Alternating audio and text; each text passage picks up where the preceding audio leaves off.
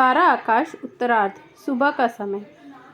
जब सारा आसमान सलेटी रहता हो, बस पूरब में इस छोर से उस छोर तक छाया बैगनी प्रकाश धीरे धीरे सुनहला पड़ता जाता हो और फिर बीच दिशा के कोहरे के भारी भारी पर्दे इधर उधर सरका कर एक ज्योतिर्मय मुख बाहर झांकने लगता हो।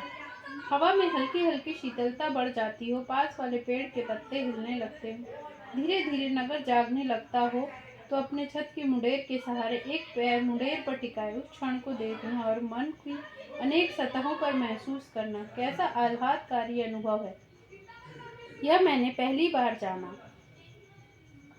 पहली बार देखा सूरज किस तरह धीरे धीरे उठता है। कभी लगता गोला तेजी से लट्टू की तरह चक्कर खाता हुआ उठ रहा है, कभी लगता बहुत ही धीरे धीरे लहरों पर झूलती गेंद की तरह। एक एक चीज को देखता और मन में कहता, अरे मैं तो जानता ही नहीं था सूरज निकलने से पहले किरणें इस तरह उठती, जैसे फव्वारे की धारियां उठती हो। सामने वाले ऊंचे तिमंजिले मकान के एरियल का बांस सबसे पहले किरणों का स्पर्श पाता है। हर क्षण लगता जैसे मुझे नया ज्ञान हो रहा है और इच्छा होती कोई पास में खड़ा होता और ये इतनी सारी बातें उसे बताता चलता, उसे धीरे धीरे सूर्योदय दिखाता। लेकिन लगा जैसे जिंदगी में खुद मैं ही पहली बार सूर्योदय देख रहा हूँ। उन दिनों तो जाने किस अंधेरी कुठरियों में कैद था, देखता ही नहीं था मेरे आसपास हो क्या रहा। अब रोशनी में आया हूँ तो लगता है इतने दिन अंधेरों में बंद रहने की झेप आंखें नहीं मिलाने दे रही। सचमुच रोशनी में प्रभा से कैसे बात कर पाऊंगा, सीधे उसके चेहरे की तरफ कैसे देख पाऊंगा, उन आरोप करती उलाहने भरी आंखों का सामना कैसे कर पाऊंगा। सबसे बातें करते हुए मुझे कितना संकोच होगा। शायद अब तो घर वाले बाबूजी इतने खुश हो जाएंगे, अब भाभी इशारों से डॉक्टर दिखाने को नहीं कहेंगी। हाँ, जिस बात के इशारे से मेरे तन बदन में आग लग जाती थी उसे याद करके अब खुद को खुद मुस्कुरा उठा। थोड़ी देर प्रभा पहले उठकर गई थी, ना मैंने उसकी ओर देखा ना वो सीधे मेरी ओर देख पाई थी।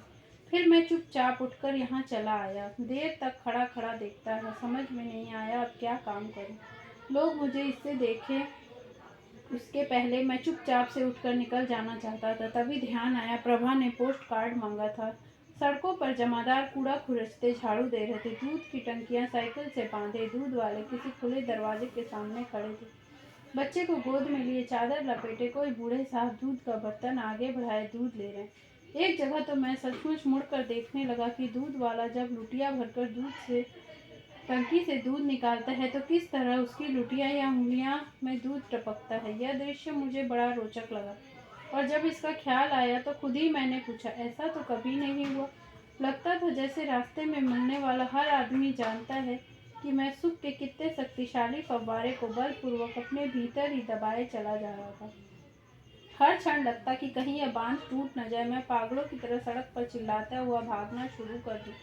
देखो मैं सुखी हूँ, मैं बहुत सुखी हूँ। समझ में नहीं आया अपने इस आनंद को व्यक्त कैसे करूँ। प्रभा की इस समय क्या हालत होगी, इस बात की कल्पना से मेरा सारा अंग रोमांचित हो जाता था। एक शराब थी जो सूखी बालू पर पड़ी बूंदों की तरह सींच सींच कर अणु अणु में समाये जा रही थी और सारी धरती नम हो आई थी।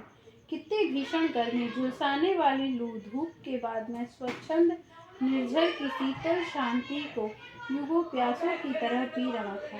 खूब जोर जोर से आवाजें देने के बाद दिवाकर साहब ने जमाई लेते हुए दरवाजे से मुंह निकाला, क्या है रात को 11 बजे गया और फिर सुबह 7 बजे ही आ धमका। फिर भीतर यह देखकर कि कोई आ तो नहीं रहा, दुष्टसा से बोला, तेरी बीवी तो मैके में, अब बीवी वालों के आराम से क्यों जलता है। बीवी को लेकर किया गया यह मजाक सचमुच भीतर से मन को गुदगुदा गया। कहना चाहा किस कमबख्त की बीवी मैके में है, लेकिन ऊपर से चेहरा गंभीर बनाए रखकर पूछा, तुम्हारा मतलब क्या है। चला जाऊं, निकल कर तो देख कितना दिन चढ़ाया है। जो किस काम का है सो करेगा ही। हम तो अभी अपनी बागों से सो कर उठे, मुंह हाथ धोएंगे अभी। अरे इम्तिहान में इतना पीले हैं, अब जरा सा आराम भी करें। कोई आदमी है तेरी तरह भगवान से यह थोड़े ही कह आए हैं कि दिन निकलने से 4 घंटे पहले उठूंगा, उठते ही ठंडे पानी में डूबूंगा, फिर सारे संसार को जगाने निकल पड़ूंगा। उसने बैठक के किवाड़ों को पूरा खोल कर कहा, ले आइए तशरीफ। अच्छा तो चलें, अभी तो आप सजने संवरने में ही 2-2.5 घंटे लेंगे। मैं बैठक के भीतर आकर आराम से बैठ गया। आज तो चेहरा बड़ा चमक रहा है, क्या बात है, फर्स्ट डिवीजन में पास होने का सपना दिख गया क्या। सुबह सुबह देखे सपने अक्सर सच होते हैं। उसने आलस्य से फिर जमाई ली। यार इस इम्तिहान की याद मत दिला, मेरी जान निकल जाती है। पता नहीं पास भी होंगे या नहीं, फेल हो गए तो सचमुच हमें मरने की भी जगह नहीं है। सच बात थी, जब जब इम्तिहान या परीक्षा फल का ध्यान आता तो दिमाग से हर बात उड़ जाती, दिल धसक उठता, न जाने क्या होगा। लेकिन एक झटके से इन सारे विचारों को दूर करके मैंने कहा, छोड़ो भाई, इस बारे में बात मत कर, जो होगा सो देखा जाएगा, अभी से प्राण सुखाने की क्या जरूरत। फिर आश्चर्य हुआ, यह भविष्य के प्रति लापरवाही मेरे मन में पहले तो नहीं थी।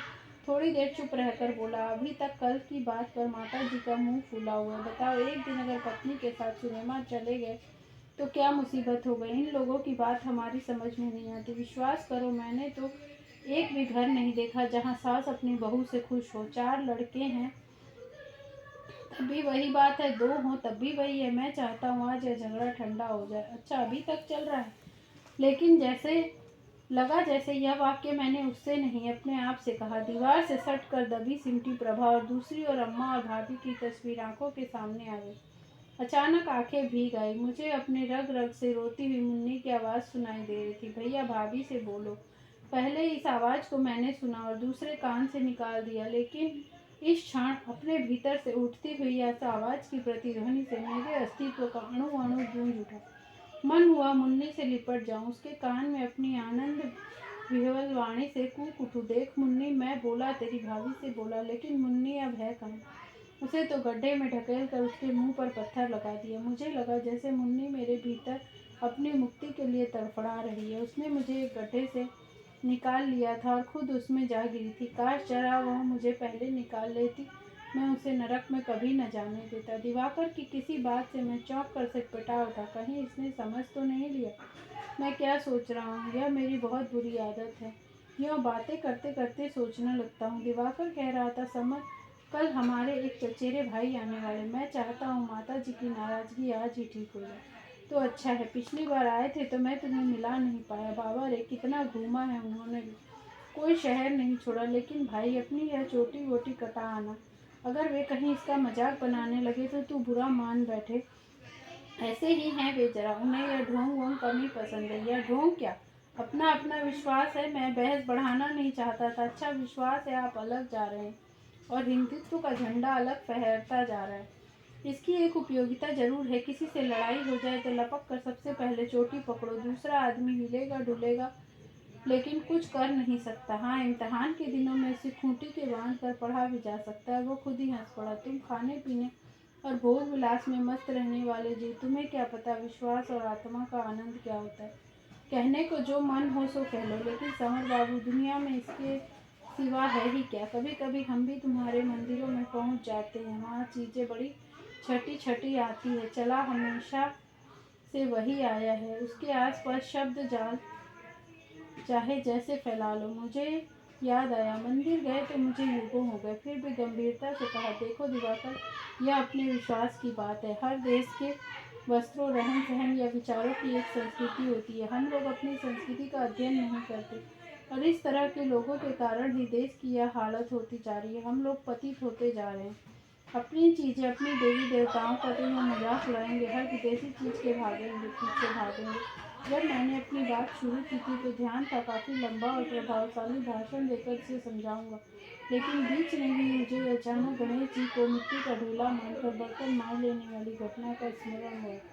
प्रभा ने अच्छा किया, इस बात को अब मैं भी नहीं मानता, लेकिन यह बात मुझे तभी से अनजाने रूप से रह रह कर काट रही है। मेरा व्यवहार घोर अनुचित, एक हद तक अमानुषिक था। तभी एक क्षण को लगा, आज प्रभा मेरे सारे व्यवहार की सफाई मांग ले तो किए काम की क्या कहकर सफाई दे पाऊंगा। शायद मेरे पास ईमानदारी से अपने कामों की कोई सफाई नहीं। तैश में दिवाकर बोला, देशी और विदेशी की बात नहीं जानता, लेकिन देशीपन का नाम लेकर कार्टून जैसी सूरत बनाए रखना भी मुझे पसंद नहीं। मेरी बात का बुरा न मानना। अगर मैं पूछूं कि ऊंची ऊंची बिना क्रीज स्त्री की पतलून और गंदी सिकड़ी कमीज या अंग्रेजी ढंग से कटे बाल से लटकती लट्टू जैसी गांठ वाली चोटी ही अगर देसी पना है तो हम इसे दूर से प्रणाम करते हैं। मुझे समझाओ, अगर इस देश में आदमी जरा ढंग से रहने लगे तो विदेशी कैसे। यह सब नहीं रखना तो सिर पर फिरवाइए मशीन, खादी का मोटा धोती कुर्ता पहनिए ताकि हवा चलने पर टांगों से अलग धोती स्वतंत्रता दिवस की झंडे की तरह फहराया। आप उसे संभालते उसके पीछे पीछे भागे।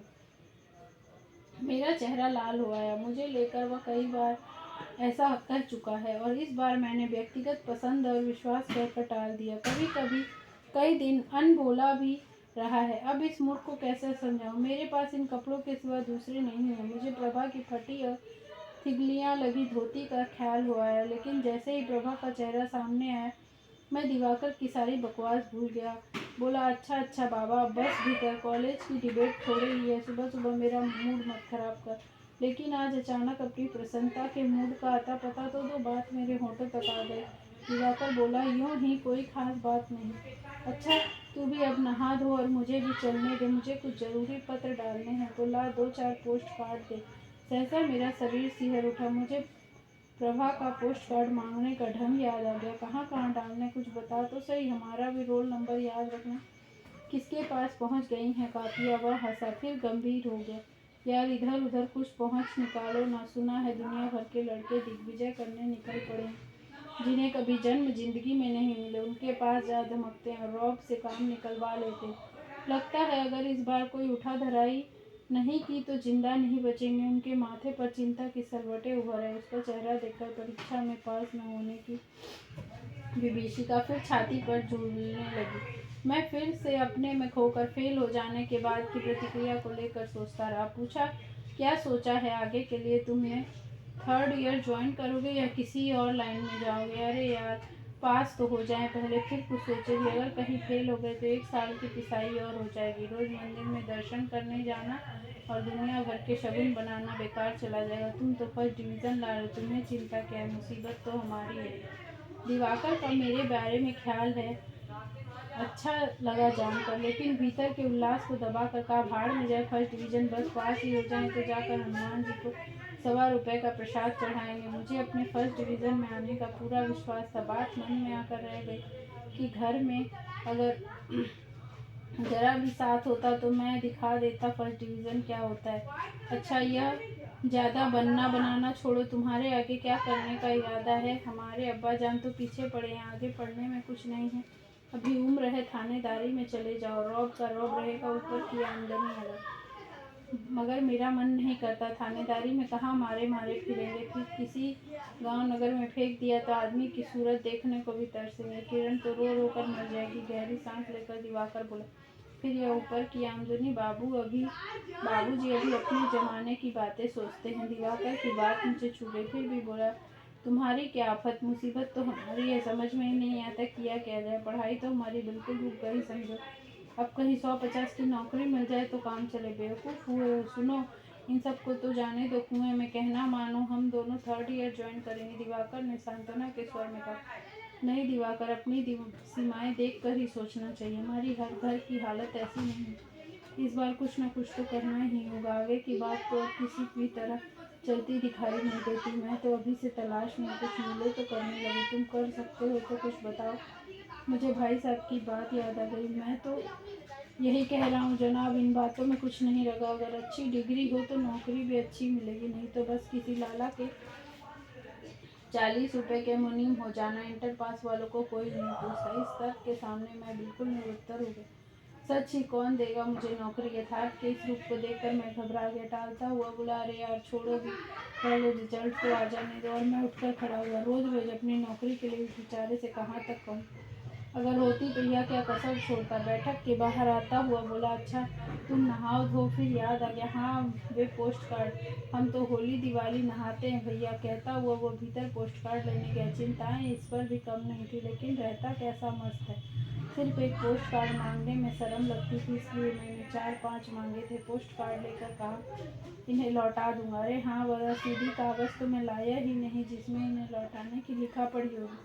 और वह हंस पड़ा। अच्छा, अब तो बता दे आज इतना खुश क्यों है? इस बार सचमुच में खुलकर मुस्कुरा पड़ा। बाहर निकलते ही कहा, प्रभा आ गई है, और चला गया। अच्छा बेटा, पीछे से दिवाकर की आवाज़ सुनाई दी। लेकिन इस झेप के कारण मैं सुबह से आंखें चुराता और मुंह छुपाता घूम रहा था। संध्या तक दूर हो गई और मुंह में एक अनजान दृढ़ता आ गई। हाँ, मैं अपनी पत्नी से बोला हूँ, इसमें किसी का क्या। अपने पर भी झुंझलाहट आने लगी। इसमें झेपने और लजाने की बात क्या है? दिवाकर के यहाँ से आए तो मन में चाशनी घुल रही थी। बरसों बाद जी हल्का हुआ था, जैसे सालों बाद जेल से छूट कर आए। रह रह कर एक अजीब दया के साथ मेरा मन पिघल उठता था। बेचारी ने क्या क्या नहीं दिखता। इस बीच मुन्नी को छोड़कर कोई भी तो नहीं था जो उसे सहानुभूति रखता। घर भर में किसी से एक पोस्ट कार्ड मांगने की हिम्मत नहीं कर सकी। हद है। सबसे अधिक आश्चर्य मुझे भाभी पर होता है। उनका जब अभी से ये रवैया है तो सचमुच सास होने के बाद तो पता नहीं क्या जुर्म ढाएंगी। यह कतई नहीं सोचती कि वह भी प्रभा की तरह ही बहू है। उनके बहकावे में आकर मैंने जो कुछ किया उससे गर्दन शर्म से झुक जाती है। इधर उधर भटक कर जब घर पहुंचा तो 2 बज गए। नल पर खड़े खड़े बाबूजी धार के नीचे एक दूसरे से रगड़ कर पाँव धो रहे थे। देखते ही बोले, नवाब साहब कहाँ मटर गश्ती कर आए। न खाने की चिंता न पीने की। मुझे बुरा लगा। प्रभा ने सुना होगा तो क्या समझेगी। फिर भी जानता था बात किसी न किसी तरह घूम फिर कर मेरे कुछ न करने पर ही आ जाएगी। इसलिए बाबूजी से मिलने का डर भी गया। दबे स्वर में कहा, दिवाकर के पास गया था। नौकरी वगैरह की बात करते हुए देर हो गई। सहसा बाबूजी के स्वर में नमी आ गई। हाँ कुछ करो बेटा, अब ऐसे कैसे काम चलेगा। भीतर आया तो अम्मा के सामने पड़ा। अब पढ़ाई नहीं, तब भी सारा दिन घूमना। 2 बज गए। यह कोई खाने का वक्त है। रात को भी पता नहीं क्या बजे आया था। भीगी बिल्ली बना चौके में जा पहुंचा। चुपचाप पटरा खींचकर बैठ गया। प्रभा ने जब खाना ला रखा तो एकदम चिहुक गया। अनजान की तरह सिर उठाकर देखा। उसके खुले चेहरे पर अधिक संयत गांभीर्य था। पलकें झुकी हुई थी। होठों में हल्की मुस्कुराहट का आभास हिलोरे ले रहा था। चेहरा सूखा जरूर था लेकिन आज एक अजब संतोष की आभा से दिल दीप रहा था। जैसे बरसों बाद दर्पण से धूल पोंछ दी गई। मन हुआ उस दर्पण को बस देखता रहूं। मन में उससे कुछ बोलने की उत्कृष्ट इच्छा हुई लेकिन समझ में ही नहीं आया कि क्या बोलूं। उस क्षण लगा जाने कब से मैं प्रभा की आवाज़ सुनने को तरस उठा हूँ। शायद कभी अच्छी तरह सुनी भी नहीं। बिना देखे आवाज़ से ही पहचानना तो शायद मेरे लिए असंभव हो जाएगा। लेकिन उसकी आवाज़ पहचानता भी कैसे। मुझे तो ध्यान भी नहीं है कि कभी वह बोलती भी है। चुपचाप सख्त चेहरा लिए बस काम किए जाती। खाना रखकर वह जाने लगी तो देखा कितनी धोती गंदी पहने हैं। एक एक फूट पर फटी और सिली है। यह पहनने लायक धोती है। इसे क्यों लादे हुए है। यह दूसरी धोती नहीं है, शादी पर मिली होगी। धोतियाँ साड़ियाँ यह सब कहाँ है। अब जब लौट कर आएगी तो इस बारे में बातें करूँगा। मैंने इस बेचारी को छोड़ा सो तो छोड़ा ही, सारे घर वालों ने, खास तौर से अम्मा ने भी यह सोचना छोड़ दिया किसी किसी चीज़ की ज़रूरत पड़ती है। ये वे तो माँ की जगह हैं। उन्हें तो इतना पक्षपात नहीं बरतना चाहिए था। भाभी की लड़की क्या हुई, बस राज करने का आदेश मिल गया। अक्सर अपनी कोठरी में ही रहती है, वहीं खाना पहुँच जाता। मुझे पता है अम्मा की आंखों से छिपा कर 4-6 धोतियाँ जरूर उन्होंने अपने पास रखी हों, लेकिन वे देंगी क्यों। यह बात करके मेरा मन रोम रोम काँप गया। जनवरी फरवरी की भीषण ठंड भी इसी प्रकार की धोतियों में निकल गई। क्या बीती होगी इस बेचारी पर भी उस दिन। कोई साथ देने वाला नहीं, कोई ज़रूरतें कहने वाला नहीं, किसी से बात भी नहीं कर सकती। और भीषण जाड़ा, जब हाथ बाहर करने की हिम्मत न पड़े फिर आंखों में आंसू आ गए। प्रभा रसोई की उस छोटी सी दीवार की ओट में बैठी थी। आज इतने बार विवाह की घटना याद हो आई। वह उसी तरह चौके में बैठी थी। इतना ही हाथ बाहर निकाला दिखाई देता है और मैं थाली में ठोकर मारकर दंदनाता चला गया। उस दिन उसी हाथ में काले पतले फीते में बंधी छोटी सी रिस्ट वॉच गोरी मांसल कलाई पर कैसी खिल रही थी। आज देखा तो स्तब्ध रह गया। उस दिन ध्यान नहीं दिया था लेकिन उस दिन का हाथ ज्यों का त्यों याद हो आया। चौका बर्तन और घर के काम धंधे में लगे रहने के कारण खाल काली पड़ गई थी और सूख कर भुरभुरी हो आई है। ऐसे लगता है जैसे हड्डी पर पतली सी खाल कस कर मढ़ दी गई हो। निगाह खुद पाँव पर चली गई। मैल और देखभाल के अभाव के में दोनों पंजे काले पड़ गए हैं। एड़ियों से लंबी लंबी दीवाइयाँ झाँक रही। न जाने कितने आमोद प्रमोद आशा आकांक्षाओं में पली यह लड़की कैसे गाजे बाजे के साथ ये हमारे यहाँ लाई गई थी। और आज थाली को बहुत ही धीरे से, ताकि प्रभा को बुरा न लगे, सबका करना उठ खड़ा। प्रभा चौकी ऊपर मुंह उठाकर उत्सुकता से मेरी ओर देखा। देखने का वही रात वाला ढंग पहुँच गया। आँख उसकी निश्चल भोली और बड़ी बड़ी थी लेकिन चारों ओर काले घेरे बने हुए थे। मुझे इन घेरों के साथ प्रभा का चेहरा ऐसा भयानक लगा जैसे झट दूसरी ओर निगाहें घुमा ली। बड़ा झिझकता सा स्वर सुनाई दिया। क्यों, अकारण ही छाती में गोला सा उमड़ आया और लगा जरा सा बोलते ही मैं रो पड़ूंगा। जैसे जैसे निचला होंठ दबाकर बड़ी मुश्किल से बताया, दिवाकर के यहाँ से खा के आया हूँ, भूख नहीं है। झट बाहर निकल आया। बाहर अम्मा चुपचाप बैठी टिकटी पर धार्मिक पुस्तक रखे अपने मोटे मोटे शीशे वाले चश्मे से पढ़ रही थी। अपनी कोठरी के लिए मैं जीने पर चढ़ने लगा। जीने से ऊपर छोटा सा जंगला सामने ही खुलता था। वह भाभी के कमरा का था। सहसा भाभी का स्वर सुनकर ठिठक गया। वे कह रही थी। दोनों अब तो आपस में बोलने लगे। कौन? भाई साहब की आवाज़ थी। ध्यान लगा, आज तो रविवार है। समर लाला जी छोटे बहू से। मुझे लगा आवाज़ में कहीं हल्का व्यंग है। अच्छा, भाई साहब जी चौंके, करवट बदल कर सीधे हो गए। तुम्हें कैसे मालूम? खाना खाने के बाद इलायची लेने कुंवर लाला जी आए थे, वही बता रहे थे। और बिना बात सुने मैं ऊपर भाग आया। कोठरी बंद करके मैं बिस्तर पर औंधा लेटकर बुरी तरह रोने लगा। सांझ को फिर अपराधी की तरह निकल आया और सारे समय निर्लक्ष्य भटकता रहा। सुबह से छाया हुआ आनंद का नशा उतर चुका था। अब तो एक भर्त्सना और धिक्कार मन को लगातार कचोट रहा था। बार बार अंतर्यामी के सामने गिड़गिड़ाता, मुझे दंड दो भगवान, मुझे दंड दो। मैंने एक निरीह अबला पर घोर अत्याचार किया। उसे नारकी यातनाएं दी जाती रही। मैं चुपचाप देख रहा। कहाँ चली गई थी मेरी आंखें? ठीक है, मैं तो लड़का था, लेकिन इन अम्मा बाबूजी को आखिर क्या हो गया था? प्रायश्चित यह भावना मुझे खींचकर मंदिर ले गई। मैं वहाँ सुनी सुनी आंखों से देर तक एकटक देखता रहा। हर चीज़ का विश्लेषण मैं इस तरह करता जैसे एक युग के बाद विदेश से लौटा हूँ और देखता हूँ कि मेरे पीछे कितना कुछ घट गया है। इस प्रायश्चित और दया की भावना तथा हर चीज़ को नए सिरे से देखने की प्रतिक्रिया के साथ ही साथ मन की अनेक सतहों पर रात की व्याकुल प्रतीक्षा भी चल रही थी। और आखिर जब मन कहीं न नहीं लगा तो लौट आया। देखा, इस बीच में सबकी निगाहें मेरी प्रति बदल चुकी हैं। प्रभा रसोई में थी, अम्मा के पास बैठी, भाभी कुछ खुसर फुसर कर रही। घर में प्रवेश करते ही जाने कैसे पता लग गया मेरे और प्रभा के आपस में बोलने की बात अब सारे घर में जानी जा चुकी है। सब मुझे देखकर इस तरह देख रहे थे मानो अजायब घर से छूटा हुआ जानवर हूँ। मैं तब से सोच रहा था कि जब सब लोग इस बात को जान पाएंगे मुझे कैसी लज्जा लगेगी, सबकी निगाहों का सामना मैं कैसे कर पाऊंगा। लेकिन इस झुकती निगाहों को देखकर भीतर अजीब सी झुंझलाहट भर गई। अगर मैं प्रभा से बोलने भी लगा तो इसमें कौन सी अनोखी बात हो गई? यूँ उसे चर्चा का विषय बना लिया गया। यह ढोल पीटकर हल्ला मचाने की बात है। अरे पति पत्नी कल नहीं बोलते, आज बोलने लगे, इसमें इतनी दिलचस्पी क्यों है? चारों तरफ के वातावरण के प्रति उपेक्षा का भाव धारण किए हुए मैं इस तरह व्यवहार करने की कोशिश कर रहा था जैसे मेरे जीवन में कुछ भी नया या महत्वपूर्ण नहीं हुआ। जैसे ही खाना खाकर उठा, अम्मा बोली, अरे समर, जरा अपने बाबूजी को तो बुला दे, वह भी गरम गरम खा लेंगे, फिर खाना ठंडा हो जाएगा। कहाँ गए? मैंने पूछा। बच्ची को घुमाने ले गए हैं बाहर। नवल किशोर पंडित जी की बैठक में बैठे हैं। बच्ची भी तो भूखी होगी। मुझे इस बात पर भी गुस्सा आया। अम्मा इस तरह बोल रही थी जैसे मैं मना कर दूंगा। फिर अपने गुस्सा होने के स्वभाव पर हंसी आई। मुझे यह क्या हो गया? बाबूजी कुर्सी पर दोनों पांव ऊपर समेटे बड़े आराम से बैठे थे। हमेशा बीमार पड़े रहने वाले नवल किशोर उनकी ओर करवट लिए सुन रहे थे। उसी मोहल्ले के 2-3 और भी लोग बैठे बैठे ध्यान से सुन रहे थे। बाबूजी का अनेक बार का दोहराया हुआ भाषण ठीक उन्हीं शब्दों में चल रहा था। सच पूछा जाए, अपनी भारतीय सभ्यता को यह सभ्यता पा थोड़ी ही सकती है। यूँ हाथ पांव चाहे जितना मार ले, आजकल तो पता नहीं चलता दुनिया किस रसातल में जाकर टिकेगी। और भाई साहब, दोष किसे दे? सब अपने किए का फल है। जो मार्ग हजारों साल सोच सोच कर अपनी ऋषि मुनियों ने बनाया, उसे तो आज के लड़के कहते हैं। ये उंगलियों के बनाए गए नियम हैं। अपने पुरखों को जंगली कहते हुए तुम्हें शर्म भी नहीं आती? और साहब, मानना पड़ेगा उनके दिमाग को। एक एक नियम क्या सोच कर बनाया। दांतों तले उंगली दबानी पड़ती है। जातियां बनाई, सबके कर्म निर्धारित किए, सब अपने कायदों में चले, तो यह सब चीख पुकार।